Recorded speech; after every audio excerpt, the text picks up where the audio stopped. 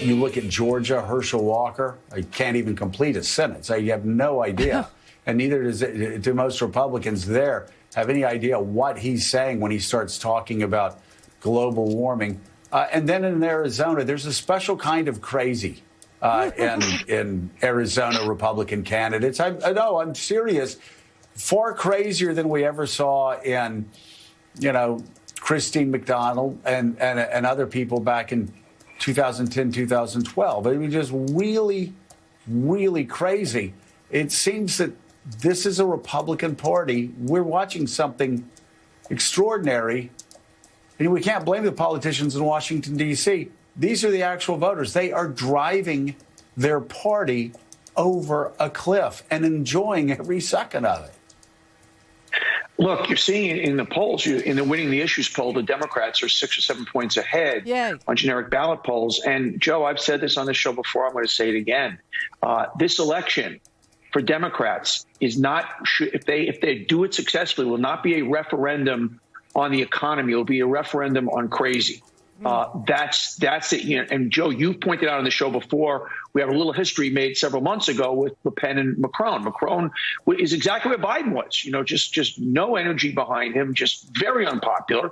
But the French voters said that's better than crazy. And when you look at the Blake Masters and you look at the J.D. Vances and you look at the Herschel Walkers and you look at the Mehmet Oz's, they're all kinds of different crazy, but it is a level of crazy when you put together what's going on, what has gone on with guns, with insurrection, with abortion. It's crazy town. And that is something that is starting to show up in the polls. And that is what the Democrats have got to paint the picture of. Do not make it a referendum on runaway inflation. Do not make it a referendum on a stock market that is, having woeful times. Do not make it a referendum on wages. Make it a referendum on we can't go to crazy town. Yes, that's kind of the way, you have to approach this election. We can't go to crazy town. Enough of the Marjorie Taylor Greenes and the Lauren Boeberts and the Donald Trumps and the J.D. Vances and the Mehmet Oz. Mehmet Oz is he's such a snake oil salesman. I mean, if they want to go back to the 1800s, no wonder they like him. This guy has been selling snake oil on his TV show for years and years, not disclosing to his audience that he owns $1 million worth of interest in the companies that are manufacturing these things, these pills that, science has said is no better than a placebo. But he just tells you, you're going to lose all this weight, or, you're going to get an immune system that could fight COVID, whatever the hell he said. These are snake oil dudes. These are literally crazy people.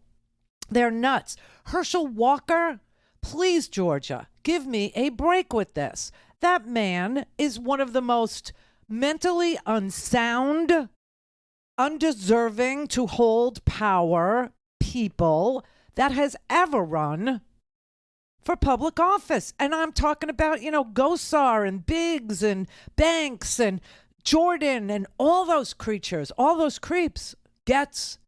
They're creepy dudes. They're all creepy dudes, every last one of them. But Herschel Walker, I'm sorry, but his own campaign, his own advisors said they never met anybody who lies as much as he does, who is mentally unfit, unsound to hold any position in the government, let alone be senator from Georgia. And those are his own advisors. I'm telling you right now, he's got like all these kids from all these women who he never acknowledged, saying that other parents are bad parents, that fathers, black men are bad fathers.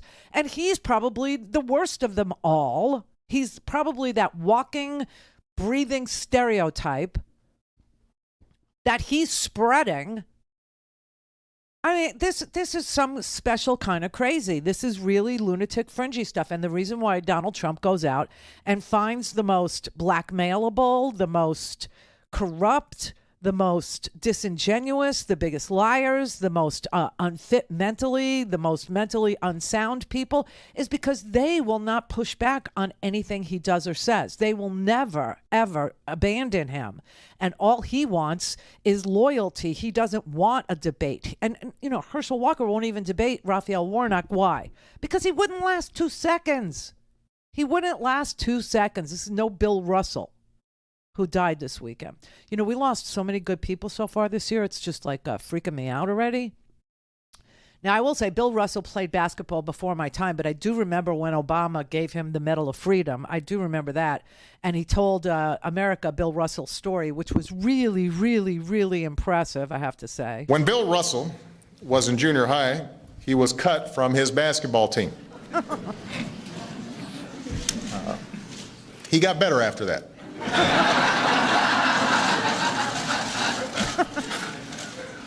He led the University of San Francisco to 2 championships. In 13 seasons with the Boston Celtics, he won 11 championships, a record unmatched in any sport. Won 2 while also serving as the team's coach. Oh, God. And so happens he also was the first African American ever to hold such a position as a coach in a major league sports team of any sort. Oh, my God. More than any athlete of his era, Bill Russell came to define the word winner. And yet, whenever someone looks up at all 6'9" of Bill Russell, I just did, I always feel small next to him, and asks, "Are you a basketball player?" Surprisingly, he gets this more than you think, this question. He says, "No." He says, "That's what I do. That's not what I am. I'm not a basketball player. I am a man who plays basketball." Bill Russell, the man, is someone who stood up for the rights and dignity of all men. He marched with King. He stood by Ali. When a restaurant refused to serve the black Celtics, he refused to play in the scheduled game. He endured insults and vandalism, but he kept on focusing on making the teammates who he loved better players, and made possible the success of so many who would follow. And I hope that one day in the streets of Boston, children will look up at a statue built not only to Bill Russell the player, but Bill Russell the man. You know, I mean, you say Bill Russell, and then in the same breath, Herschel Walker, and I think God strikes you dead. I do. So don't do it. Don't ever do it. I mean, this is a quality person. This is a person who fought the good fight with a smile on his face and a very famous high-pitched cackle that we'll never hear again. And you know who else we lost? Another trailblazer, somebody who went where no woman had ever gone before. We lost Nichelle Nichols, 89 years old. She, her son said she died of natural causes. You know her as Lieutenant Uhura from Star Trek. She also did the ads for NASA to try and get women and people from all walks of life to know that NASA would hire people who were quality people to become astronauts. And then we have Herschel Walker. You know, it's just like, honestly, can you understand why Donald Trump goes and trolls the bottom for the feeders down there? Don't have time to listen to the live show? Want to hear more on your schedule? Go to RandiRhodes.com and buy a stinking podcast.